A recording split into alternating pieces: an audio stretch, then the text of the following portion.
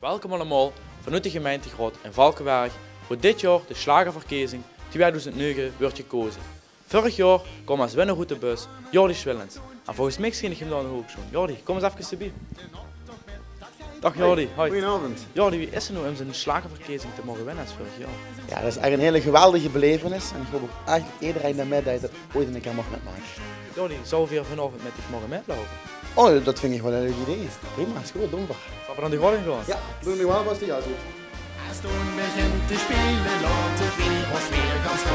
Jordi, met welk nummer heb ze vorig jaar eigenlijk gewonnen? Dat was toen met de schuiftromboon. En dit jaar, welk nummer? Dit jaar wordt het boom, paf, super gaaf.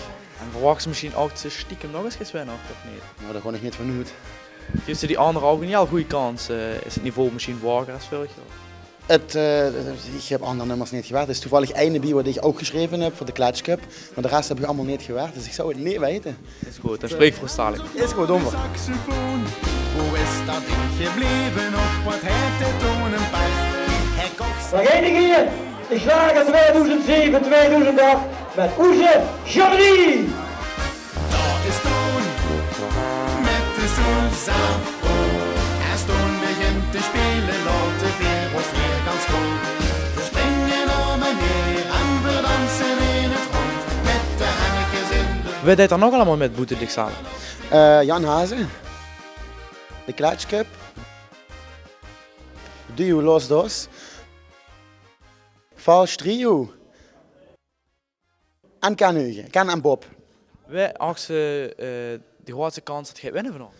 Nou, ik moet zeggen, ik heb de liedjes allemaal een beetje gewerkt. En ik denk zelf aan Duo Los Dos of de Clutch Cup. Ja, eigenlijk zijn ze allemaal goed. Het zijn allemaal goede nummers. Eigenlijk zijn het allemaal goede nummers, ja. Ik heb ze vorig jaar zelf gewonnen. Ja. Wat is nu het mooiste optreden wat er aan vast zit? Het mooiste optreden wat er aan vast zit, Boete de Slagerverkiezing zelf natuurlijk, want dat is ook een heel chic optreden. Vond ik toch eigenlijk wel de dameszetting. Dat is zo bijzonder, speciaal. Ja, als jong zijnde op de bühne staan. Veel ganse volle polvermolen, gans vol met shoe en brully. Ik er een kijk van. Dat geeft toch wel een keer. Als prikken in de optochtclub met zijn zwanentrom. Roep hij naar Jan en alle man, hoe toch maar mee en kom. En ieder geit hem achterna de straten op en af. Daar speelt er zijn solo weer en de vonken springen traaf. Boom, paf, super gaaf, hou maar op die trommelaaf. Boom, paf, super chic, die trom is magnifiek.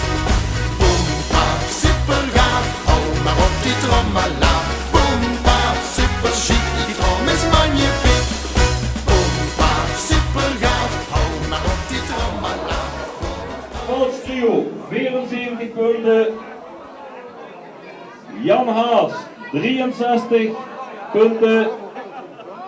De Clutch Cup, 86 punten. En Los Dos, 66 punten. Voor degene die dus goed kunt lezen en goed nummertjes kunt kijken. Op nummer 6 is geëindigd Jan Hazen. Op nummer 4 Los Dos.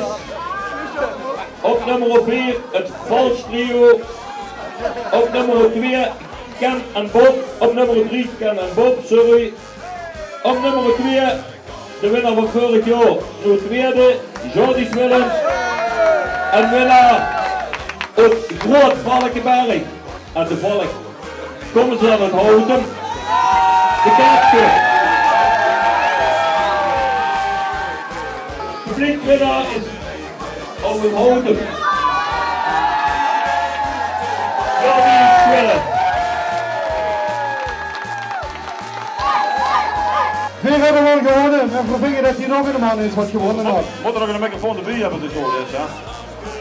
Dit liedje is geschreven door de winnaar van vorig jaar, Jordi. En we willen dat bij hem ook een applaus brengen. Jordi, kom hier. Jordi. Oh, we beginnen nog te piepen. En ik denk sowieso, Jordi, we vinden het hartstikke chic dat we hebben gewonnen. En geweldig dat hij op de tweede plaats is gekomen. Hij kent de tekst van ons als geen andere. Dat moet, hè? Hij gaat je weer met zingen. Kom maar gauw, laat me gaan en allemaal in de Polen!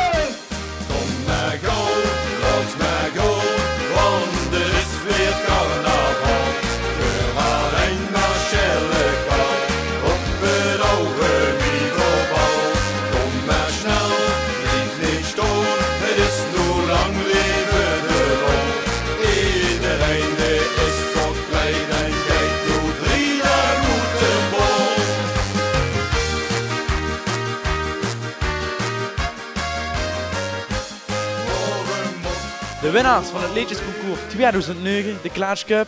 Houd je het verwacht, je zou het winnen? Nou, om heel eerlijk te zien, we hebben een geweldig nummer van tevoren, dat Jordi voor ons geschreven nou.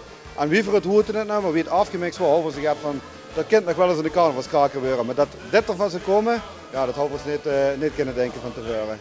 Jordi, wie vind je nou eigenlijk als liedjeschrijver? Heb je toch eigenlijk stiekem een beetje voor de tweede keer ook gewonnen? Hè? Een beetje heb ik inderdaad een beetje samen met hun metgewonnen. Ja. Vind je daarvan? Ja, geweldig. Echt, ik had het helemaal niet verwacht ook.